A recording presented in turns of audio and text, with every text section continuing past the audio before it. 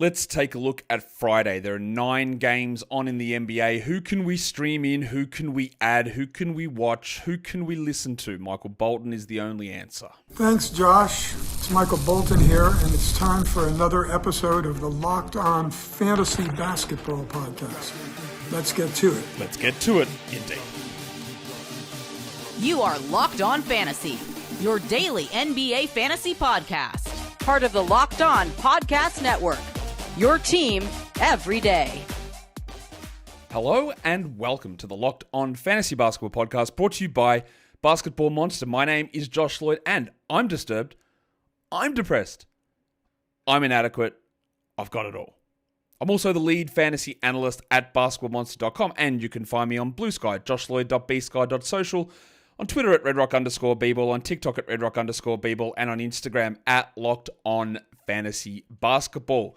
From the first whistle to the final drive, FanDuel is here for all of the NFL playoffs. New customers, bet $5, win the first $5 bet, and get $300 in bonus bets. Go to FanDuel.com to get started. Also, check out LockedOnDaily.com and get yourself the best NBA newsletter into your inbox.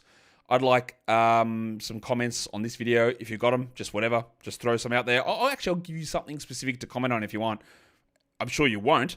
That's a challenge for you guys. Right, let's do it. Let's just preview Friday. Because, of course, Friday, as everyone is well aware, Friday, the 17th of January, it's all marked in our calendars, it's International Fetish Day. So, what's your best fetish? Drop it in the comments. I want to know about it. That's where we go. I'm sure a lot of them are going to get caught in the old filter on YouTube, but here we go. It's the day. It's the day. Also, apparently, perverts wear purple. So there you go. That's another thing for this day. Ready to celebrate? I am. I hope you are too. Let's talk about the action across the NBA for Friday. What are we watching for in these 9 games? As always, the NBA is a breathing, living, evolving organism in terms of who is in and who is out. So I am recording this at 5 p.m. Eastern and 5 p.m. Eastern Thursday. And there'll be things that when I have prepared the information on the screen, there's updates that just always come through. Every minute you get something new happening in the league. So that's where we go. The first game, we're talking about Orlando and Boston. It is in Boston, and the Celtics have a massive Schedule Plus position coming up here. The problem is there's a lot of back-to-backs, and this is the first of a back-to-back for Boston. Franz Wagner's going to be out. Jalen Suggs is going to be out for Orlando. Very, very certain about that. Gary Harris, I'm also certain that he's going to be out. Jet Howard suffered an ankle sprain. I'll put him as doubtful here. The one we don't know about and that we need to know about is Goga Badadze, who's dealing with, originally they called it a hip contusion. And then, of course, as all hip contusions usually do, it swung into a concussion because those two things are incredibly related. We just don't know whether he's going to be there. Now, hip contusion, any chance you could play? Maybe he would. I don't know. Concussion's impossible for us to know. It usually doesn't just last 2 days. But, we also don't know. I don't know how this concussion came about. So we don't know about Goga. And then on the Celtics, originally I said, I don't think Porzingis plays in this first game of the back-to-back, so Horford probably starts. But no, apparently at this point, they are both going to play on Friday. So Porzingis and Horford both look to be available against the Magic on Friday, meaning both of them will sit on Saturday. So any stream value of Al Horford is cut down. The stream value, though, on Saturday for someone like Cornette or Cater jumps way up. And the Celtics, we'll talk about it later, but spoiler alert, starting on Friday, they've got 5 games in 7 nights. 2 sets of back-to-backs. Derek White is struggling. Jaylen Brown's had shoulder issues. Jason Tatum's had a knee issue. Drew Holiday's had shoulder issues and knee issues. It's all not serious injuries, but we saw last time they had a 5 in 7 that they sat guys. So don't be shocked if we're going to get random Pritchard or Hauser or bloody Drew Peterson or someone popping off, or a Jordan Walsh 25-minute game over the next 7 days. What am I watching for in Orlando? John Isaac, very disappointing last game, and that minutes inconsistency is why it's impossible to consider him as a must. When we see the 27 minutes, we go, holy, let's do it. We do this, let's add. And we see if that is what they're leaning into. The next game they give 15. And yeah, it was a blowout, so that probably impacted. But the fact that he's able to push down that far means we're not that interested. But maybe we change our mind. And then Derek White has been really struggling for Boston. And obviously it's not that he's forgotten how to play. He just can't shoot at all. And then minutes dropped down last game. It will bounce back at some point, absolutely. But we want to see it happen as soon as possible. In terms of stream, guys, While Suggs remains out, and Gary Harris, but more so Suggs, Cole Anthony's the guy. He has sort of leapt over Mr. Black as the option, rightfully so. He's a better player than Anthony Black, and that shooting is important, and that shot creation is important. Then while on the Celtics, I did have Al Horford as the stream, and he is still the stream, except if both him and Porzingis play, the value of an Al Horford stream drops down pretty considerably, and I think that's relatively straightforward. The next game is the Wolves and the Knicks. It's a rematch. It is revenge central between the two teams that pulled off that trade in the offseason. It is a schedule plus position for Minnesota. Terrence Shannon's going to be up, but then, Donte DiVincenzo has been ruled out. At the very end of the game yesterday, he did seem to hurt something. I wasn't really sure. No one really reported on it after the game at all, but he's out with a toe sprain. So, no Donte DiVincenzo revenge. Karl Anthony Towns, I don't know whether he's going to play and get his revenge times 2 after the first game. He's questionable with a thumb sprain, so maybe the only guy who's here playing in a revenge spot is the return of Julius Randle, the double royal, to New York. Now, I'm sure if Julius Randle has a bad game heading back to New York, people will just say, well, that's because he's not that good, or he chokes under big games, or whatever it is. There'll be some excuse to suggest why he didn't have a big revenge game, but if he does have a big game, then of course it will only be because of revenge. So Randle is the only guy here. Actually, that's not true, because Towns might be playing against his former team as well. We just don't know if Towns is going to play. On the Wolves side of things, the last game was very interesting. We got like 29, 29, and 28 minutes between Randle, Gobert, and Reed. So Gobert's minutes have been a bit all over the place. There's been periods where Chris Finch goes, all right, you're getting 36, man. And then there was a period when he went down to 29. I said, okay, that's pretty interesting. And then he pushed back to 34 or 35, and now it's back down to 30, 31. Is Rudy Gobert a 31-minute player? Now, someone will ask the question, and I've had it already a couple of times, hey, what do we do with Rudy Gobert in a points league? Now, I don't know your specific scoring system. I don't. But what I do know is, as a general rule, Rudy Gobert is less valuable in a points league than a category league. But you've got the numbers. So have a look what Gobert is doing. And if, as usual, when we try to take a look at these things, it's important to look. Is he close to your worst player? What are the points values of guys sitting on the waiver wire? Understanding that the waiver wire players can be cycled through. So if there's let's say Gobert's 25, the guy on the waiver wire is 22, well, the drop is easy. Like, I'd rather just grab the 22s off the waiver wire, get 5 of them in for the week, and get instead of 3 Goberts. Easy solution. But I know that the minutes consistency for Gobert is not where it used to be. For the Knicks, speaking of consistency, this is the other side of it. Josh Hart's been ridiculous. I still cannot believe that he's maintaining this level of shooting. I don't know how he is doing it. Yeah, there's been a slight difference in his whatever you call it, I can't even think of the word at the moment. Slight difference in his shot selection. That's the word I'm looking for. But it's, will he continue to be like that level of elite of a scorer? It continues to seem very unlikely to me. But it's happening. It's happening. The stream guy on Minnesota is Jaden McDaniels, as always. I put Juice McBride there, but if Towns is out, then we could look at Achua, who played 30 minutes last game, still don't love it, or Jericho Sims, who's even worse than Achua. They're not great options, but when we're talking about, hey, let's take a look at someone, if someone's going and getting a 30-minute role, the chances of them tripping over into a bigger game is much higher than a 17-minute player. And McBride outproduced Achua last game, 21 versus 30 minutes.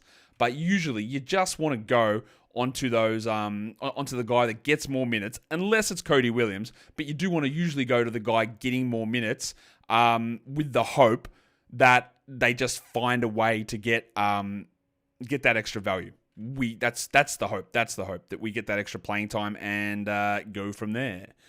Speaking of going from there, I'll continue to go from here on to the next games. But before I do that, today's episode is brought to you by Robinhood. With Robinhood Gold, you can now enjoy the VIP treatment, receiving a 3% IRA match on retirement contributions. The privileges of the very privileged are now no longer exclusive. With Robinhood Gold, your annual IRA contributions are boosted by 3% plus. You also get 4% APY on your cash in non-retirement accounts. That is over 8x the national savings average. The perks of the high net worth are now available for any net worth. The new gold standard is here with Robinhood Gold. To receive your 3% boost on annual IRA contributions, sign up at robinhood.com/gold. Investing involves risk. 3% match requires Robinhood Gold at $5 per month for 1 year. from the first match. Must keep funds in IRA for 5 years. Go to robinhood.com/boost. Over 8x the national average savings account interest rate claim is based on data from the FDIC as of November the 18th, 2024. Robinhood Financial LLC, member SIPC. Gold membership is offered by Robinhood Gold LLC. Today's episode is also brought to you by Skims Men's. And we know Skims. We've seen their underwear before. It's been around. You've heard about it from friends. You've heard about it from family. You've heard about it from the television box. And now for the men, well, you can give it a try. We've always had that issue that someone's had something, you know about it. You've sat there and you've gone, bloody hell, these undies are itchy. Oh, why are they riding up? What's going on? What is this material? This style makes me look ridiculous. Well, Skims Men's can cover all those problems. Comfort, easy. Style, they look great. Different cuts, different fabrics, different sizes, different lengths. It's all there. Because when you're thinking about things that are under your pants, that is what you want. An array of different sizes, an array of different lengths and shapes and cuts. They're also the most comfortable thing you will ever wear. It feels like you're wearing nothing at all. So go and shop Skims Men's at skims.com/lockedonnba and at Skims stores. Let them know that we sent you. After you place your order, select podcast in the survey and select our show in the drop-down menu that follows. Okay, the next game up, where are we going? We're going into Milwaukee. It is the Raptors taking on the Bucks. Schedule minus spot for Toronto, so it's a bad run of schedule stuff. Not that there's many guys that you'd really be considering streaming there in Toronto, but maybe you were looking at a Davion Mitchell type spot. It's just not a good area for Toronto. Emmanuel quickly is out again. I saw people really surprised that he was out again in this game. Like they said he was a groin strain, and they're saying hip strain. Like that's not usually a one-game thing. Shout out to Tyrese Halliburton. So I expect like a week here for quickly. It's annoying. It's frustrating. I know that. But I didn't think that he was playing here. Ochai Agbaji cut his hand open in the last game. He's questionable. And then in Milwaukee, we saw Andre Jackson leave the last game early due to a hip issue, but he is now officially questionable, while Middleton and Giannis are probable, and Gary Trent is now officially probable as well. So Trenner looking to return. The Bucks are 11-point favorites here. It is Gary Trent and DeLon Wright in a revenge game position. Boucher had put together some really good games for the Raptors, and then the last game fell on his face. And that is why it is a tough thing to look at and go, yeah, I see all the value here, because it's not there. He's one of those guys that got hot, and if you manage to do it at the right time, fantastic. But the ability of that to continue seems really limited. So we'll see if that bounces back here in this one. I don't think so, though. On the Bucks side of things, Damian Lillard, who had sort of fallen a little bit in, that's why he was on the Buy Low show. Last few games have been really good. He's had a very, very good season, and nobody really discusses him, even though I'm discussing him here and I discussed him the other day. He just doesn't get mentioned that much, and I think it's worth just watching to see if he maintains that top 15 sort of a range. In terms of streams, well, Dick is the stream guy, I think, for Toronto with quickly out. He hasn't really stepped up into a big role, though, which we thought he might, but that's fine. He's streamable, and we use him in that sense. And then Taurean Prince, the artist, that's okay. You could have Trent in there. Prince is starting in place of Middleton. You stream them in, get their threes, and you don't really expect much more, and you don't get much more. The Nuggets and the Heat. We're in Miami for this one. We don't know yet about Jimmy Butler. I thought we would have found out because the suspension's over. But I don't know what's going on. No idea. We'll start on the Denver side. Vlatko Cancar is out. Jokic was a late scratch last time, Big Chungus, for the Nuggets with elbow inflammation, something that popped up during pregame in the warm-ups. I don't know whether he'll be available. And with him out, DeAndre Jordan gets the bulk of the minutes over Dario Saric, and Jordan can at least give you some rebounds and blocks. He might be, some might say, like a Nick Richards type of a player. You could have a look at Jordan as a stream guy there. Aaron Gordon sat the last game. It was due to the back-to-back. He'll be fine. He'll return, but he will be on a minutes limit. Josh Richardson will remain out for Miami, I'm fairly certain, and I just don't know about Jim. I would say, with all this talk of them changing the suspension designation, I wouldn't be shocked if he gets slapped with a second suspension. or they change the wording of it, or whatever they do. It's been like he would never play for the Heat, and then no, he'll be back after the suspension's over. Now it's like, no, we're going to change the designation and the wording of the suspension, so now he has to actually face criminal charges at The Hague. It's all over the place. So I don't know. If I had to bet one way, I would say Jim doesn't play in this one, but I feel like every hour there's something new that pops up. So yeah, I don't know. Christian Brown had a very, very big game last time for the Nuggets. He shot, 90% or whatever it was, had 22 points. I did tweet this out, so you can go check my Blue Sky or my Twitter, the graph of the rolling 2-week averages for Christian Brown. And while he started out the season really hot, he really hasn't been in the top 100 for about 8 weeks. And to me, that's just not a must-roster guy. And with Gordon coming back and Westbrook playing well, the guy that loses is Brown. And he's a low-usage player whose defensive stats have disappeared a little bit. And the reason he had a big one last time is more minutes because Gordon was out and Jokic was out. But also, every shot went in. So I'm always happy to change my opinion and say, well, look, if he is back in business and the usage goes back up and he is 34 minutes a night again, then yeah, that is valuable. I don't think it happens. So I don't think he's a must-roster guy, but we're all those ones where it's like a debatable decision. And it's always hard to break this pattern when someone's had a good 4 weeks or 5 weeks to start the season, and then they roll terribly for 8 weeks. It's hard to shake that beginning of the season number, especially if that beginning of the season number was like the 40th best player, and then he's been 150th since then. And you go, yeah, but now he's still like 110th, and look how good. Yeah, but that doesn't matter if it's moved the other direction. Jimmy Butler is what I want to watch on the Heat because I just don't know. I don't know. We've got an idea of what happens when Butler's not there. Sort of. Rozier gets minutes and does nothing. Huckers is still mid to below mid. And Jovic is probably the winner there. Streaming guy is probably Watson on the Nuggets side, especially when you're looking for defensive numbers. And then on the Heat, it is Little Chungus, Nikola Jovic. Kelly Ware is the best per minute guy there. But of course, those minutes are always up in the air, aren't they? And he could get absolutely cooked if Jokic plays. But yeah, he might only play 15 minutes if Bam plays 33.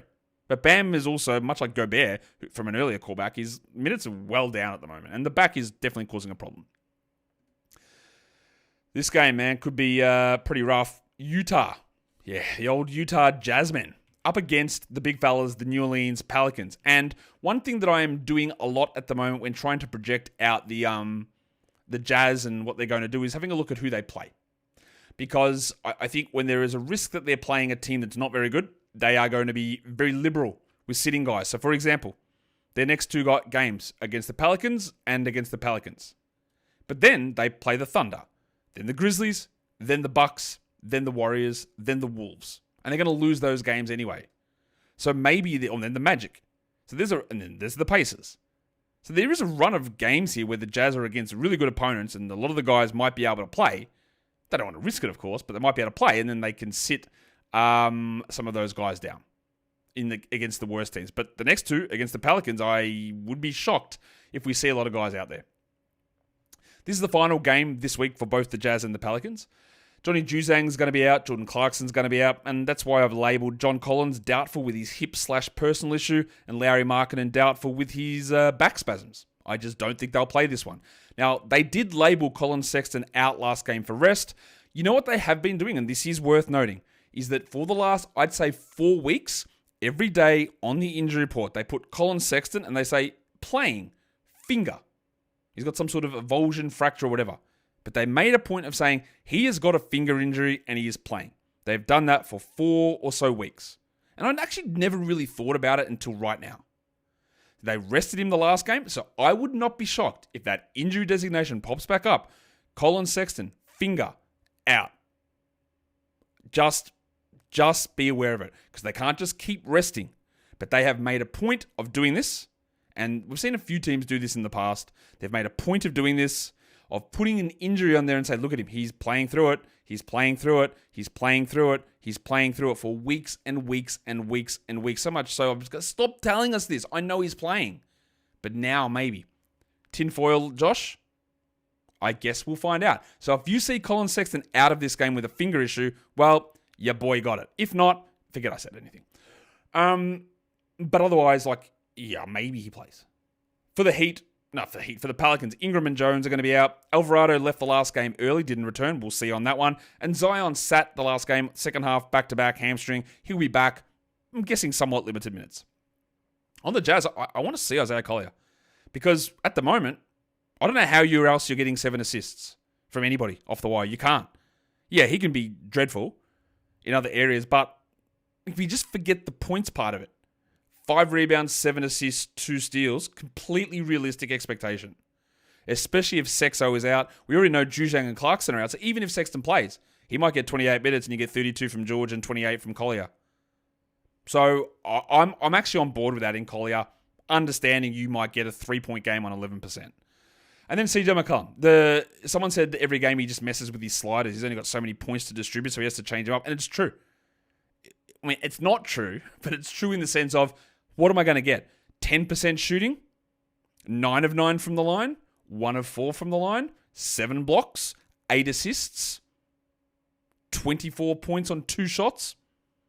There's going to be something where I go, man, how? And then there's going to be, oh, okay. It's so annoying. So, I want to be annoyed. Please tickle my annoyance, CJ McCollum. Streaming guys, Bryce Sensabaugh also probably is close to a 12-team ad. Not 100% because he is a little bit one-dimensional, but if it holds true what I believe is going to happen, that we're going to have another Collins and Markin in absence, and maybe Sexton as well, then he's going to get a lot of shots. And it's going to build and build and build as the season goes on.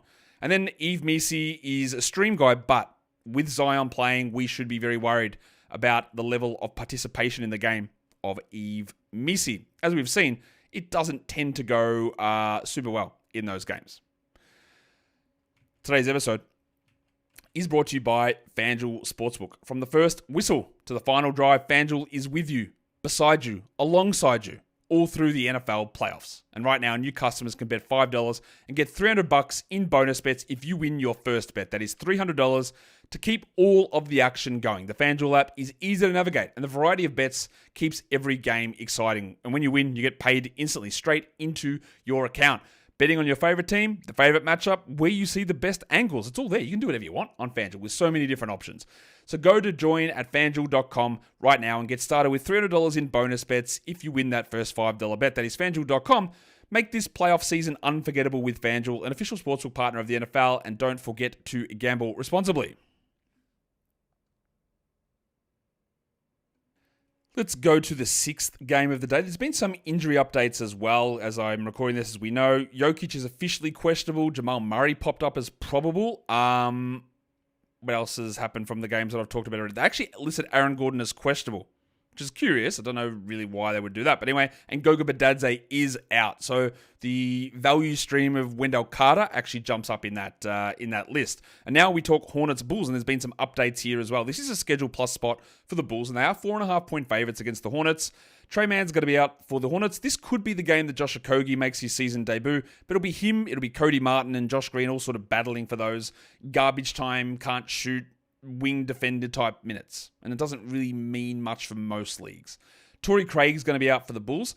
Taylor Horton-Tucker hurt his knee last game, but he is officially questionable here. Ayo Dosunmu's listed probable. And then Josh Giddey.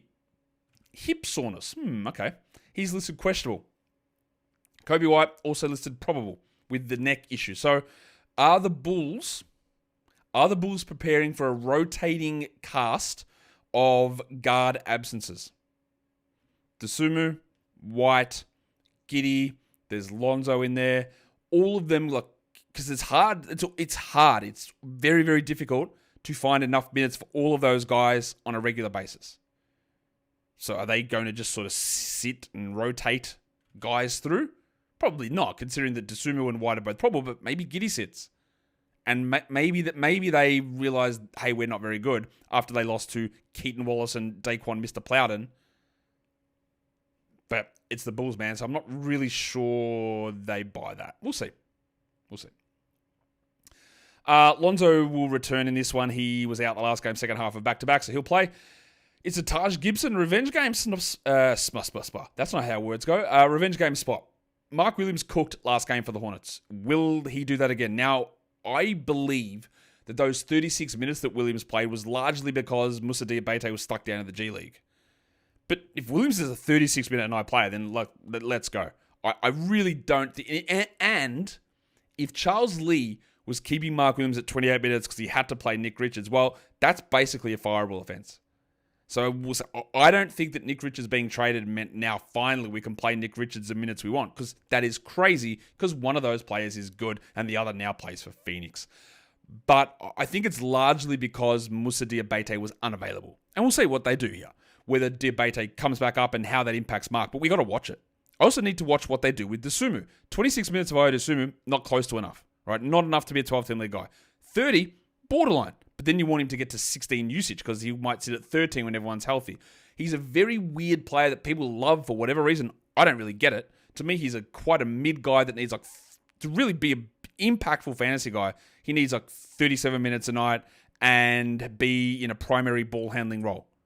And there's just too many impediments to that, I think. But I want to watch it. I'm always happy and open to changing opinions.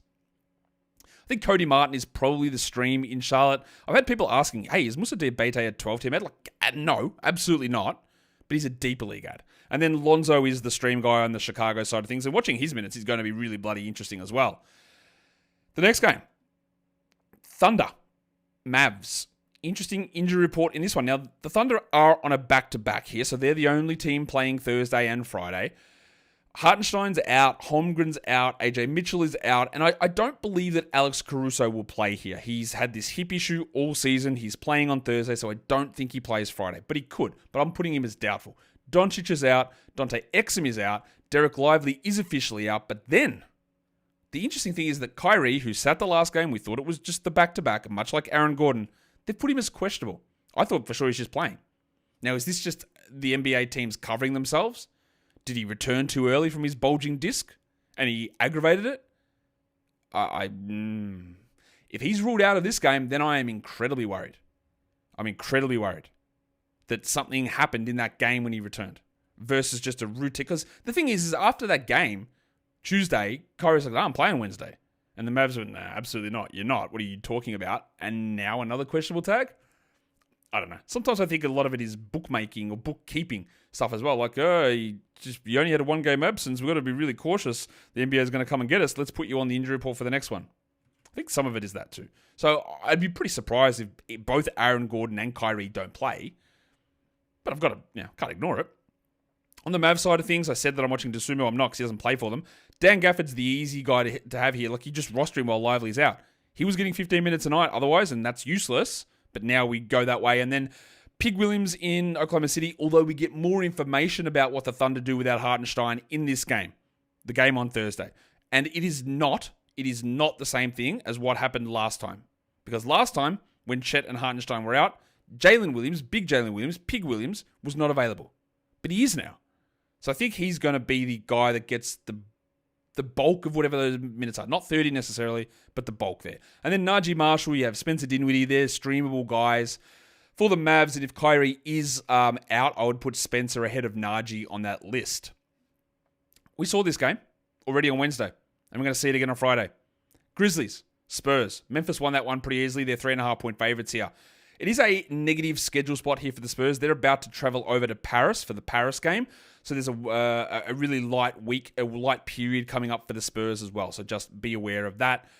In terms of who is out, Vince Williams and Marcus Smart are out. Gigi Jackson is available in the G League, but he's not ready for this game, so he's out. So he'll be back maybe next week. Riley Minix, if you didn't catch the news, two-way guy for the Spurs, out for the season, shoulder surgery. I like Minix. We haven't really seen much of him, but he's an interesting guy. And then Sohan's the big one there for the Spurs with that back issue. Came back, played one game, out again. Did the NBA rush another player back? I don't know. But, they would never do that because all of these players hate it. All they do is try to drive cars and look fashionable. None of them want to play, so it seems unlikely that they'd actually rush back and play early. As for this one, with Sohan out, Steph Castle gets the starting job. He's had two absolute monsters in a row.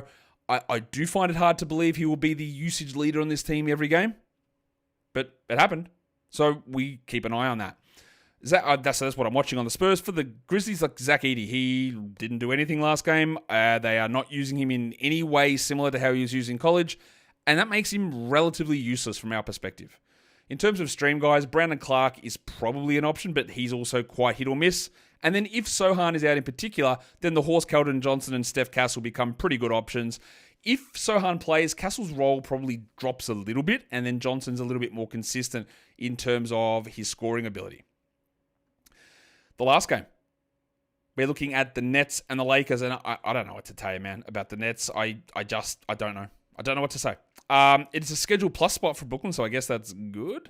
The Lakers are 13.5-point favorites. Cam Thomas won't play. Bojan Bogdanovic won't play. Maxwell Lewis won't play. Trendon Watford won't play.